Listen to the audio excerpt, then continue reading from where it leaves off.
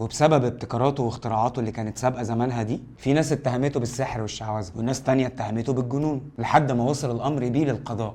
القاضي ساعتها كان سليمان بن الأسود، عقد له مجلس للمحاكمة بتهمة ممارسة السحر والشعوذة. ما هم برضه كان عندهم حق، يعني ايه بني آدم ومن 1000 سنة يخترع قبة سماوية ويحاول يطير؟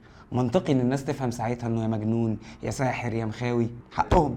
لكن طبعا عباس الفيلسوف قدر بعلمه وفلسفته وحكمته انه يبرأ نفسه، ورد على الاتهامات دي الحقيقة رد مفجع، وقال كالآتي: إذا أحضرت الطحين وخلطته بالماء فصار عجينا، ثم خبزته في التنور فأصبح خبزا، مع أن حاله قد تغير، فهل يكون هذا محرما أم نافع للناس؟ يعني بالبلدي كده، لو جبت شوية دقيق وحطيت عليهم شوية مية وحطيتهم في الفرن طلعوا لي رغيف عيش، هل كده أنا بضر الناس ولا بنفع الناس؟ فقالوا هو نافع للناس. فقال هذا بالضبط ما أفعله، أحول المواد لأستخرج منها ما ينفع الناس. الحقيقة رد مبهر.